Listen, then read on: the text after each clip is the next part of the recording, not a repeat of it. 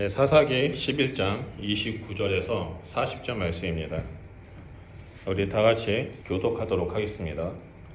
이에 여호와의 영이 입다에게 임하시니 입다가 길르앗과 므낫세를 지나서 길르앗의 미스베에 이르고 길르앗의 미스베에서부터 암몬 자손에게로 나아갈 때에 그가 여호와께 서원하여 이르되 주께서 과연 암몬 자손을 내 손에 넘겨주시며 내가 암몬 자손에게서 평안히 돌아올 때 누구든지 내 진문에서 나와서 나를 영접하는 그는 여호와께 돌릴 것이니 내가 그를 번제물로 드리겠나이다 하리라.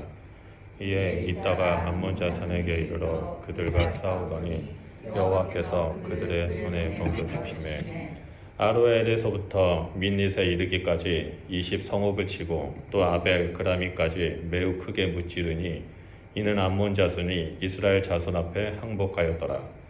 입다가 미스바에 있는 자기 집에 이를 때 보라 그의 딸이 소고를 잡고 춤추며 나와서 영접하니 이는 그의 무담 동료라. 입다가 이를 보고 자기 옷을 찢으매 이르되 어찌할꼬 내 딸이여 너는 나를 참담하게 하는 자요 너는 나를 괴롭게 하는 자 중에 하나로다. 내가 여호와를 향하여 입을 열었으니 능히 돌이키지 못하리로다 하니 딸이 그에게 이르되 나의 아버지여 아버지께서 여호와를 향하여 입을 여셨으니 아버지의 입에서 낸 말씀대로 내가 행하소서. 이는 여호와께서 아버지를 위하여 아버지의 대적 암몬 자손에게 원수를 갚으셨음이라 하니라. 또 그의 아버지에게 이르되 이 일만 내게 허락하사 나를 2달만 버려두소서. 내가 내 여자친구들과 산에 가서 나의 처녀로 죽음을 인하여 애곡하겠나이다 하니 그가 이르되 가라. 전하고 그를 부르니 그가 그 여자친구들과 가서 산 위에서 처녀로 죽음을 인하여 애곡하고 2달 만에 그의 아버지에게로 돌아온지라. 그가 자기가 서원한 대로 딸에게 행하니 딸이 남자를 알지 못하였더라. 이것이 이스라엘에게 간습이 되어 다 같이 읽겠습니다. 이스라엘의 딸들이 해마다 가서 길르앗 사람 입다의 딸을 위하여 나흘씩 애곡하더라. 아멘. 우리 옆에 분하고 인사하도록 하겠습니다. 하나님이 우리와 함께 하시니라. 오늘 우리가 집중적으로 살펴보게 될 주인공은 사사 입다입니다. 사사기에서 가장 해석하기 힘들고 가장 가대평가가 된 사사가 있다면 바로 사사 입다입니다. 예전에 제가 사사 입다에 대해서 예배라는 관점으로 말씀을 나눈 적이 있습니다. 그래서 이번에 사사 입다에 대해서 말씀을 전할 때 어떻게 말씀을 전해야 될지, 우리의 삶에 어떻게 적용을 해야 될지 정말 고민이 많았습니다. 그러다가 기도하던 중에 입다의 내면을 좀 다뤄보면 좋겠다라는 생각이 들었습니다. 왜냐하면 입다는 우리와 같은 연약함을 가진 사사이기 때문입니다. 오늘날 교회에는 사람들한테 실망하고 목회자들한테 실망하고 상처를 받고 떠나는 사람들이 많이 있습니다. 이런 분들을 가난한 성도라고 부르고 있습니다. 이런 분들의 공통점이 하나가 있는데요. 그분들은 모두 다 교회에 대한 깊은 관심과 애정과 사랑을 가지고 있는 분들입니다. 그래서 큰 관심을 가지고 사랑과 애정을 가지고 열심히 봉사하신 분들입니다. 그래서 교회에 무관심하거나 애정이 없는 분들은 결코 교회에 대해서 실망하지 않습니다. 그리고 넘어지는 사람이 없습니다. 하지만 교회에 대해서 실망하고 넘어지고 또한 여러 가지 상처를 받았다는 것은 그만큼 그 교회에 애정이 많았다는 것을 보여주고 있습니다. 그렇다면 우리가 교회에 대한 사랑이 있고 교회가 잘 되길 바라는 마음으로 열심히 일하는데도 불구하고 왜 실족하고 교회를 떠나야 되는지 그것에 대해서 좀 살펴봐야만 합니다. 그것은 바로 하나님을 향한 열심과 자기를 향한 열심이 구분이 안 될 때 일어나는 현상이라는 겁니다. 교회에 애정을 가지고 열심히 봉사하다가 떠나는 분들 중에는 나의 믿음, 나의 신앙 수준을 보이고 인정받기 위해서 열심히 내는 분들이 있습니다. 물론 모든 분들이 다 그런 것은 아닙니다. 일부 몇몇 분들이 그렇게 행하십니다. 그래서 오해하지 않았으면 좋겠습니다. 어떤 분들은 열심히 하면 믿음이 좋다라고 인정받고 열심히 하면 높은 직분을 받는다라는 생각이 들어서 무언가를 일거리를 찾고 봉사하면서 열심히 행합니다. 그렇게 열심히 하다 보면 자신감이 생기고 자신감이 생기다 보니 자신감이 지나쳐서 교만함이 생기게 됩니다. 그래서 그 결과 이 교회는 하나님의 교회, 예수님의 교회가 아니라 내 교회가 되어버립니다. 신앙적인 열심과 자신감은 너무나 좋습니다. 그 자신감을 가지고 범사에 하나님을 인정하고 또한 성도로서의 자신감을 가지고 말씀을 준행하며 신앙생활하는 것이 우리에게 필요합니다. 하지만 그 자신감이 지나치게 되면 결국 하나님을 놓치게 되고 내가 주인공이 되고자 하는 교만함에 빠지게 됩니다. 내가 이만큼 했으니까 교회에서 나를 인정해 줘야 돼. 내가 이만큼 했으니까 하나님은 나를 축복해 줘야 돼 라고 생각하는 분들이 종종 있습니다. 한마디로 봉사와 열심을 하나님으로부터 축복을 받고자 하는 통로로 하나님과 거래를 한다는 점입니다.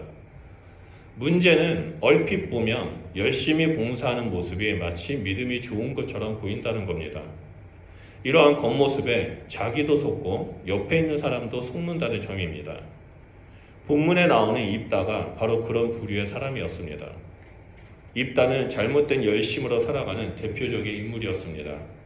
오늘 이 시간에 그런 입다의 모습을 살펴보면서 우리의 삶을 좀 되돌아봤으면 좋겠습니다. 그래서 우리가 하나님 앞에 온전히 서는 그런 자가 되기를 소원합니다. 먼저 입다의 신앙에 대해서 살펴보게 되면 30절과 31절에 이런 말씀이 있습니다. 주께서 과연 암몬 자손을 내 손에 넘겨주시면 내가 암몬 자손에게 평안히 돌아올 때 누구든지 내 집문에서 나와서 나를 영접하는 그는 여호와께 돌릴 것이니 내가 그를 번제물로 드리겠나이다 라고 기도를 합니다. 방금 읽은 이 기도는 입다의 서원 기도이죠. 옆에서 보면 이 사람은 인신제사를 드릴 만큼 신앙이 너무 좋구나 라고 오해할 수 있습니다. 전쟁에 나가기 전에 하나님한테 먼저 의뢰를 하고 하나님이 승리를 주신다면 저는 누구든지 하나님 앞에 번제물로 제물로 드리겠습니다라고 기도를 합니다. 모든 것은 내걸고 뒤로 물러설 수 없는 그 비장한 믿음이 보입니다. 그런데 여기서 한 가지 이상한 점이 하나 발견되는데요. 그것은 사람을 하나님께 번제물로 드린다는 겁니다. 하나님은 입다에게 인신제사를 요구하지 않으셨습니다. 오히려 하나님은 인신제사를 경멸한다라고 혐오하신다라고 성경을 통해서 끊임없이 말씀하고 계셨습니다. 그럼에도 불구하고 입다는 하나님께 아무런 꺼리낌 없이 인신제사를 드리겠다라고 수많은 사람들 앞에서 자랑스럽게 기도를 합니다. 이것은 입다의 잘못된 신앙을 보여줍니다. 이미 29절 말씀을 보면 여호와의 영이 입다에게 임했다라고 나옵니다. 이제 입다는 이 여호와의 영에 의지해서 전쟁에 나가기만 하면 됩니다. 승리는 이미 보장된 상태이죠. 하지만 입다는 하나님을 믿지 못했습니다. 더 정확하게 말한다면 입다는 하나님을 알지 못했습니다. 하나님의 인신제사를 가증히 여긴다는 것도 몰랐고 하나님과 거래를 하기 시작합니다. 그는 가나안 땅에서 살면서 이방 민족이 전쟁에 나아가기 전에 자신의 자녀를 인신제사로 드렸던 것을 그대로 학습하고 배우고 그대로 하나님 앞에서 거래를 합니다. 창조주 하나님을 가나안의 여러 잡신 취급을 합니다. 그래서 거래를 하면서 승리를 주신다면 나를 마중 나온 그 첫 번째 사람을 하나님 앞에 번제물로 드리겠다라고 기도합니다. 지금 입다는 자신의 믿음이 잘못되었다라는 것을 인식하지 못합니다. 오히려 당당하게 자신의 믿음이 대단한 것처럼 자신의 체면을 높이면서 많은 사람들 앞에서 인정받고자 하나님 앞에 인신제사를 서원기도로 드리고 있습니다. 하나님은 이러한 입다의 잘못된 신앙을 교만함을 그대로 두지 않았습니다. 35절 말씀입니다. 입다가 이를 보고 자기 옷을 찢으며 이르되 어찌할꼬 내 딸이여 너는 나를 참담하게 하는 자요 너는 나를 괴롭게 하는 자 중에 하나로다. 내가 여호와를 향하여 입을 열었으니 능히 돌이키지 못하리로다 하니 라고 나옵니다. 입다는 결코 자기 딸이 제일 먼저 마중 나올 거라고 생각하지 못했습니다. 늘 그랬듯이 그 당시에 가장 나이 어린 종이 가장 밑에 있는 종이 나와서 주인의 발을 씻겨줄 거라고 생각했던 것 같습니다. 그래서 내가 도착하면 가장 나이 어린 종이 와서 내 발을 씻겨줄 거야 라고 생각하고 그렇게 서원기도를 했던 것 같습니다. 하지만 예상과 다르게 눈에 넣어도 아프지 않는 딸이 제일 먼저 아빠가 오셨다라는 그 얘기를 듣고 뛰어나왔습니다. 이에 이제 입다는 옷을 찢고 참담함과 괴로움에 사로잡히게 됩니다. 많은 사람들이 입다가 자신의 딸을 인신제사로 드린 것을 서원기도를 이행했다라고 칭찬을 합니다. 그래서 이 말씀을 가지고 우리한테 얘기할 때 하나님 앞에 서원기도한 것이 있다면 그것이 딸이든 무엇이든 간에 무조건 그 서원기도를 행해야 된다. 그래서 입다는 믿음의 사람이 되었다라고 말합니다. 하지만 이것은 입다가 했던 그 서원기도를 행했던 것을 우리에게 교훈을 주기 위해서 주신 말씀이 아닙니다. 입다의 딸이 나온 것은 하나님의 심판이고 또 하나님께서 이 심판을 통해서 입다에게 회개할 수 있는 기회를 주기 위해서였습니다. 하나님이 가증히 여기시는 그 인신제사를 드리겠다라는 심판이었습니다. 또 천지의 주제이시고 지극히 높으신 하나님을 가나안에 잡신 취급했던 것에 대한 심판이었습니다. 입다의 입다는 하나님 앞에 무릎을 꿇고 회개해야만 했습니다. 왜냐하면 죄에 대한 심판에서 진심으로 회개한다면 하나님은 용서하실 것이기 때문입니다. 그럼에도 불구하고 입다는 회개하지 않았습니다. 사람들 앞에서 당당하게 얘기했던 자신의 체면이 무너질까봐, 내가 말한 것을 내가 지키지 아니하면 그 이스라엘의 지도자의 자리에서 쫓겨날까봐, 내가 얘기했던 것을 내가 행하지 아니하면 그동안 나를 멸시하고 조롱했던 이 사람들이 독당의 잡류 출신은 어쩔 수 없구나라고 멸시하면서 자기를 쫓아낼까봐 그는 회개하지 않았습니다. 이것이 자신의 영광을 위해서 살아가는 오만한 자의 모습입니다. 하나님을 알지 못하고 하나님을 오해하지 못하고 잘못된 신앙을 가진 자의 모습입니다.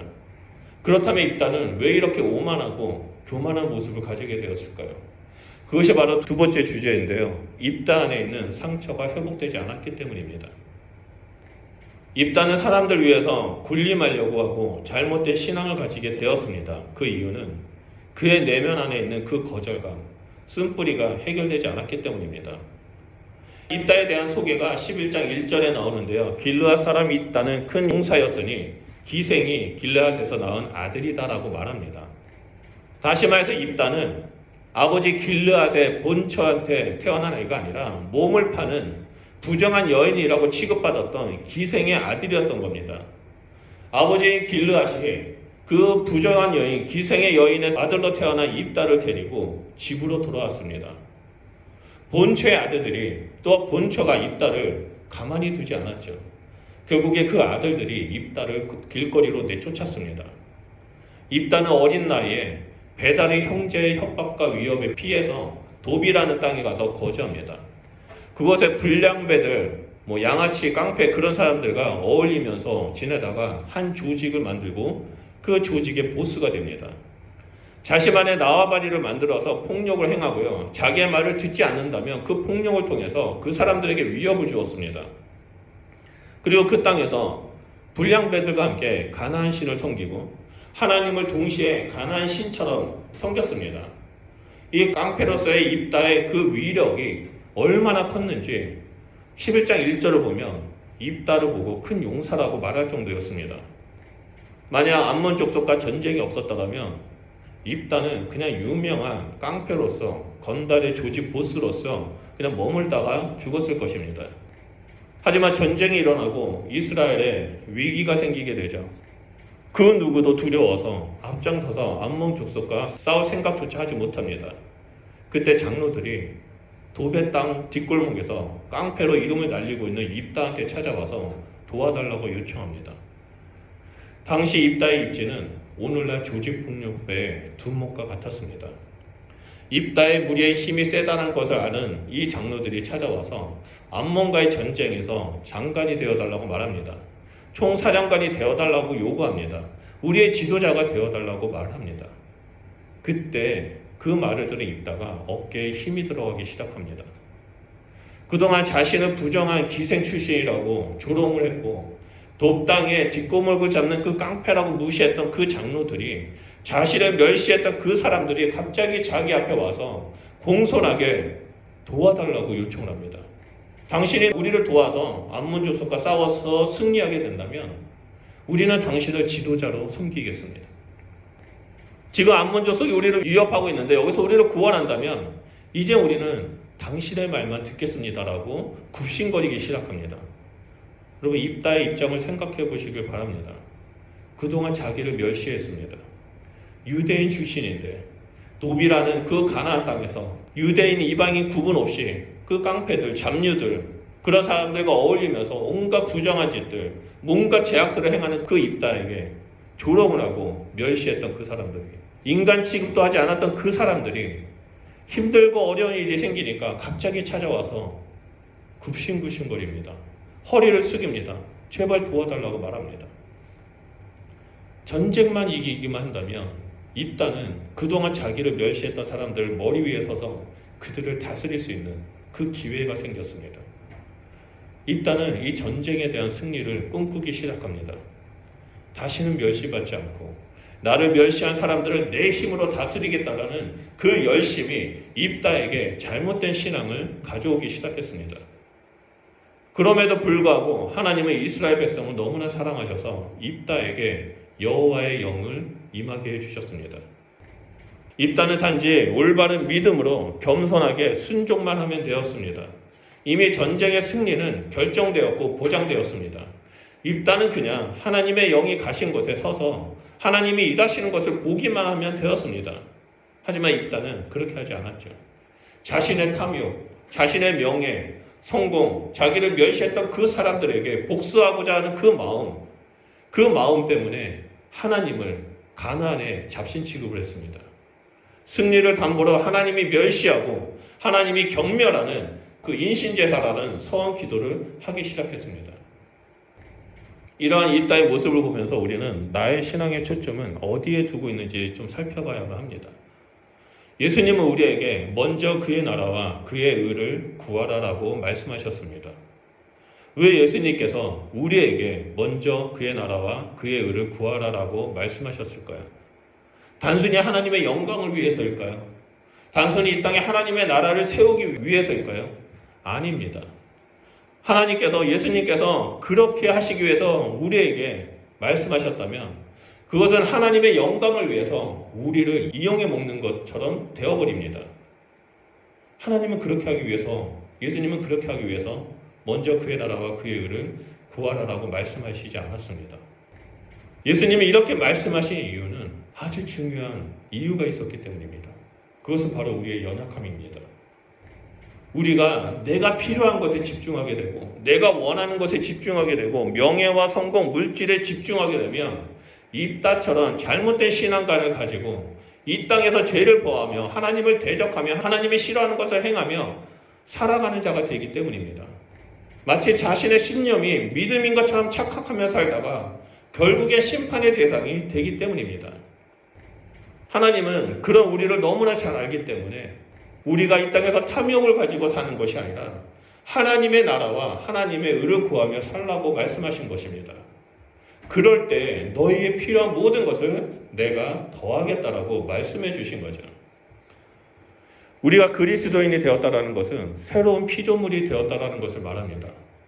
과거의 옛 상처에서 벗어나서 거저감에서 벗어나서 하나님 앞에 시선을 맞추면서 하나님과 함께 걸어가는 자가 되었다라는 것을 말합니다. 거저감과 상처는 우리에게 조급한 마음을 만들어줍니다. 누구와 비교하게 만들어버리고 조바심을 가지게 만듭니다. 그래서 나는 이 세상에서 뒤떨어져 있구나, 나는 성공하지 못하고 있구나라는 것을 보게 만듭니다. 내가 없는 것에 집중하게 되면 하나님을 바라보지 못하게 됩니다. 조급함은 우리를 믿음의 길에서 벗어나서 그 죽음의 길, 죄의 길로 이끄는 강력한 족쇄가 됩니다.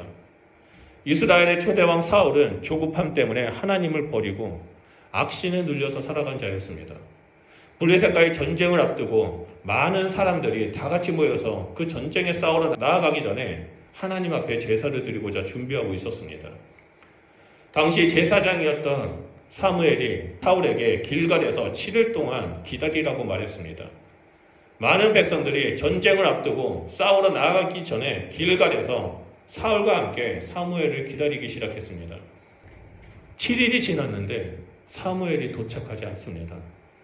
결국에 많은 백성들이 그 자리에서 떠나가기 시작했습니다. 백성들이 기다리지 못하고 흩어지는 모습을 보자 사울은 조급해지기 시작합니다. 그래서 어떻게 했습니까? 자기가 직접 번제로 제사를 드리기 시작했습니다. 제사를 다 마칠 때쯤 사무엘이 왔죠. 그리고 사무엘이 사울을 책망하기 시작합니다. 그러자 사울이 뭐라고 말합니까? 오히려 늦게 온 사무엘이 잘못했다라고 말합니다. 나는 여호와의 은혜를 구해야 했기 때문에 번제를 드린 것뿐입니다라고 합리화하기 시작했습니다. 이 모습을 통해서 사울은 자신의 신앙이 하나님의 말씀에 근거한, 하나님의 율법에 근거한 신앙이 아니라 세상 사람들처럼, 가나안 사람들처럼 그 미신에 걸맞는, 그 하나님의 말씀과 상관없는 그러한 신앙이라는 것이 드러났습니다. 하나님의 말씀에 따라, 하나님이 제정하신 그 율법에 따라 제사를 드려야 하는데 종교적인 그 의식 자체에 집중하면서 큰 비중을 두고 본인이 행하게 됐습니다. 이런 사울 왕에게 사무엘은 망령되이 행해야 했다라고 정지했습니다. 참된 믿음은 하나님의 말씀으로부터 나옵니다. 성경은 분명하게 믿음은 들음에서 나고 들음은 그리스도의 말씀에서 나온다라고 증거하고 있습니다. 사울도 입다도 하나님의 말씀과 상관없이 조급함 때문에 잘못된 판단을 하게 되었습니다. 그 내면의 상처가, 그 쓴뿌리가 힘든 환경과 또한 여러 가지 장애물이 다가올 때 그 조급함을 불러일으켰습니다. 반면에 상처가 치유된 사람은 어떠한 환경 속에 있다 할지라도 조급함이 아니라 하나님을 신뢰하며 끝까지 믿음의 경주를 마치게 됩니다. 다윗은 입다처럼 가족으로부터 버림을 받은 자였습니다. 가족이지만 종처럼 목동으로 살아갔던 자였습니다. 하지만 다윗은 늘 하나님만을 바라봤습니다. 힘들고 어려운 상황이 온다 할지라도 주야로 말씀을 묵상하고 하나님을 쫓아 살아갔습니다. 그 결과 하나님은 다윗에게 내 마음에 합한 자라고 말할 정도였습니다. 우리는 이 땅에서 오직 하나님만을 바라봐야만 합니다. 우리 내면에 상처가 있다면, 내 마음에 조급한 마음이 든다면 그 조급한 마음이 어디에서 왔는지 거슬러 올라가서 그 상처를 하나님 앞에 올려드리고 그 상처가 있는 자리에 하나님의 말씀을 묵상하면서 가득 채워야만 합니다. 그럴 때 하나님께서 우리의 상처를 치유하시고 하나님만을 신뢰하는 그런 믿음을 가질 수 있도록, 끝까지 믿음의 경주를 행하는 자가 될 수 있도록 인도해 주십니다. 그리고 마지막으로 입다의 선택과 입다의 딸에 대해서 좀 살펴보고자 합니다. 입다의 딸은 아버지 입다와 전혀 반대되는 인물입니다. 하나님은 인신제사를 가증히 여기심에도 불구하고 입다는 딸을 바치기로 결정합니다. 평생을 멸시당하고 조롱을 당하던 입다가 힘들게 얻은 그 지도자 자리를 놓치게 될까봐, 쫓겨나게 될까봐 딸을 인신제사 제물로 바치기로 결정하고 선택합니다. 그는 분명히 하나님 앞에서 하나님께서 주신 그 심판과 회개의 자리가 있었습니다. 하지만 입다는 그 자리를 발로 걷어차버립니다. 분명하게 회개하고 모든 자리를 내려놓고 하나님 앞에 기도한다면 딸을 살릴 수 있었습니다. 하지만 자신의 체면을 지키기 위해서, 나를 멸시한 사람들을 내가 다스리기 위해서, 그 자리를 빼앗기지 않기 위해서 결국엔 딸을 포기합니다. 반면에 입다의 딸은 일반 사람들의 상황과 전혀 다른 반응을 보이기 시작합니다. 36절과 37절 말씀입니다. 우리 다 같이 이 말씀 읽도록 하겠습니다. 시작.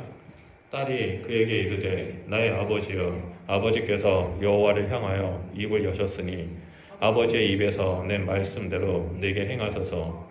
이는 여호와께서 아버지를 위하여 아버지의 대적 암몬 자손에게 원수를 갚으셨음이니라 하니라. 또 그의 아버지에게 이르되 이 일만 내게 허락하사 나를 2달만 버려두소서. 내가 내 여자친구들과 산에 가서 나의 처녀로 죽음을 인하여 애곡하겠나이다 라고 입다의 딸은 말을 합니다. 여러분, 입다의 딸의 마음을 생각해 보시길 바랍니다. 아버지의 잘못된 신앙각 때문에 자신은 번제물로 태워 죽게 되었습니다. 여러분, 번제물로 드린다는 것은 이방인들이, 가나안 사람들이 인신 제사를 드렸을 때 그 사람을 바로 죽여서 드리는 것이 아니라 쇠가 시뻘겋게 달궈진 그 쇳덩어리에 살아있는 사람을 올려서 구워 죽이는, 그것이 이방인 가나안 사람들이 몰렉이라는 신에게 드리는 번제의 제사였습니다. 입다의 딸은 자기가 죽지 않으면 아버지가 망신당하고 지도자 자리에서 쫓겨난다라는 상황을 알게 되었습니다. 어쩌면 딸은 지금껏 살아오면서 그동안 아버지가 깡패 두목으로서 수많은 사람들에게 행했던 제약들과 실수와 교만함들을 목격했을 것입니다. 자신이 죽으면 아버지는 살 수 있습니다. 결국 딸은 아버지의 서원대로 죽음을 택합니다. 입다 당시의 사람들이 이 일이 얼마나 슬펐는지 해마다 이때가 되면 입다의 딸을 위해서 나흘씩 애곡했다라고 성경은 기록하고 있습니다. 저는 이 입다의 딸의 모습을 보면서요, 우리 주 예수 그리스도가 떠올랐습니다. 하나님 아버지의 뜻에 따라 죽음의 길인지 알면서 이 땅에 우리 주님은 오셨습니다. 이 땅에서 하나님 나라의 복음을 가르쳐 주시고 우리의 교만함과 죄를 짊어주시고 대신 십자가에서 죽임을 당하셨습니다. 예수님께서 스스로 죽으셔야만 우리를 둘러싼 모든 문제가 해결되고 또 우리를 살릴 수 있었기 때문에 예수님은 기꺼이 죽음을 택하셨습니다. 그리고 예수님은 그 죽음으로 우리를 살리셨습니다. 그런 것처럼 입다의 딸은 자신이 죽어야지만 아빠를 살릴 수 있다는 그 이유 때문에 죽음을 선택한 것입니다. 예수님은 우리를 위해서 죽으셨습니다. 우리를 위해서 그 죽음의 자리인 줄 알면서도 이 땅에 오셨습니다. 그리고 우리에게 너의 십자가를 지고 나를 따르라라고 말씀하셨습니다. 예수 그리스도를 주라고 시인하는 우리는 예수님처럼 희생하는 자가 되어야만 합니다. 신앙 공동체를 위해서 내가 인정받고자 하는 것이 아니라 나 자신을 죽이고 아직도 하나님을 알지 못하는 영혼들을 위해서 나의 이익을 거두어야만 합니다. 사람한테 인정받고자 하는 그 욕구도 버려야 하고 내가 무엇이 되고자 하는 그 욕구도 다 버려야만 합니다. 십자가 앞에 내려놓을 때 하나님은 우리의 희생을 통해서 일을 하기 시작합니다. 우리의 작은 희생이 하나님의 미랄이 되어서 이 땅에 부흥을 일으키고 영혼들을 살리기 시작합니다. 지금 미국으로 시작으로 해서 유럽의 부흥의 물결이 일어나고 있습니다. 이제 이 부흥의 물결은 호주에서도 일어날 것이라고 믿습니다. 중동 지역에서도 이미 부흥의 물결은 일어나고 있습니다. 많은 영혼들이 주님 앞에 나오고 있습니다. 하나님은 이 오세니아주에 부흥의 물결을 일으키시기를 원하고 계십니다. 그리고 그 일을 일으키시기 위해서 이 순간 하나님의 미랄이 되고자 하는 사람들을 찾고 계십니다. 하나님의 미랄이 되고자 하는 교회를 찾고 계십니다. 나를 드러내고 인정받고자 하는 사람이 아니라 내가 비록 손해를 본다 할지라도 자신을 희생시키고 말씀 가운데 서서 사람들을 살리는 그 한 사람을, 한 공동체를 지금 하나님은 찾고 계십니다. 저는 우리 교회가, 우리 성도님들이 지금 눈앞에 놓여있는 그 어려움 때문에 그리고 이 이익 때문에 모든 것을 내가 원하는 대로 살아가는 것이 아니라 묵묵히 자신을 희생하면서 하나님을 섬기는 부흥의 씨앗이 되기를 간절히 소원합니다. 오늘 입다의 모습은 우리에게 많은 것들을 생각하게 만들고 있습니다. 입다는 끝까지 자신의 상처에서 벗어나지 못했습니다. 에브라임 사람들이 자신을 멸시했다라는 이유 때문에 요단 나루터에서 군인들과 함께 서가지고 십볼렛이라는 발음을 하는가 못하는가에 대해서 들어보면서 그 발음을 못하는 사람들을 죽였습니다. 그렇게 에브라임 사람 42,000명을 그 나루터에서 끔찍하게 죽여버렸습니다. 그 이유가 자기를 멸시했다는 겁니다. 자기를 조롱했다는 겁니다. 나는 이스라엘의 지도자인데 너희들이 나를 멸시하면서 발음 하나 안 된다고 죽였습니다. 그는 이스라엘의 사사가 되었지만 자신의 한계를 극복하지 못했습니다. 불필요한 그 서원을 해서 자신의 딸을 하나님이 경멸하는 인신제사로 죽여버렸습니다. 어린 시절에 받은 그 거절감, 그 상처가 회복되지 못하자 자신을 거절하고 자신을 멸시하는 에브라임 사람 42,000명을 잔혹하게 죽였습니다. 입다의 내면에는 하나님이 아닌 사람들로부터 늘 인정받고자 하는 욕구가 가득했습니다. 그 욕구가 채워지지 않았을 때는 폭력으로 사람들을 다스렸습니다. 우리는 이러한 입다의 삶을 통해 우리 내면에 있는 그 쓴뿌리를 제거하고 하나님의 사랑과 은혜로 하나님의 말씀으로 상처가 회복되는 자가 되어야만 합니다. 사람으로부터 인정받고자 하는 것으로 인해 그 잘못된 신앙관을 가지는 것이 아니라 사람들 앞에서 인정받지 못한다 할지라도 오직 모든 시선을 하나님 앞에 두고 믿음의 경주를 해야만 합니다. 그럴 때 우리의 삶은 회복되어지고 온전한 예수 그리스도를 닮아가는 자가 될 것이라고 믿습니다. 그리고 중요한 것은 입다의 딸처럼 우리 주 예수 그리스도처럼 자신을 희생할 때 우리 주변의 사람들이 살아가게 되고 세워지고 살리는 역사가 일어날 것이라고 믿습니다. 그런 미랄이 이 땅을 변화시키고 이 땅의 영적 각성을 일으키고 또 하나님의 말씀의 부흥을 일으키는 일들이 일어나게 됩니다. 우리 모두는 살아계신 하나님을 드러내는 자입니다. 우리 모두는 십자가 앞에 우리의 삶을 죽이고 예수님과 함께 부활하는 존귀한 성도로서 부르심을 받은 자입니다. 오늘 함께 예배드리는 우리 성도님들은 단 한 분도 빠짐없이 하나님의 미랄이 되기를 간절히 축원드립니다. 그래서 이 세상에서 우리 주변에 있는 사람들을 힘들고 그 죽음의 길을 걸어가는 그 영혼들을 예수 그리스도의 이름으로 치유하고 예수 그리스도의 십자가로 죽음과 부활을 통해서 살리는 존귀한 하나님의 백성이 되시기를 우리 주 예수 그리스도의 이름으로 축원드립니다. 하나님은 그 한 사람을 찾습니다. 하나님은 그 한 교회를 찾습니다. 저는 우리 교회가 그리고 우리 성도님들이 그러한 교회가 되기를 간절히 소원합니다. 우리 말씀을 기억하면서 주님 앞에 나아가 우리의 모든 것을 내려놓고 찬양하고 기도하도록 하겠습니다. 우리 찬양하겠습니다.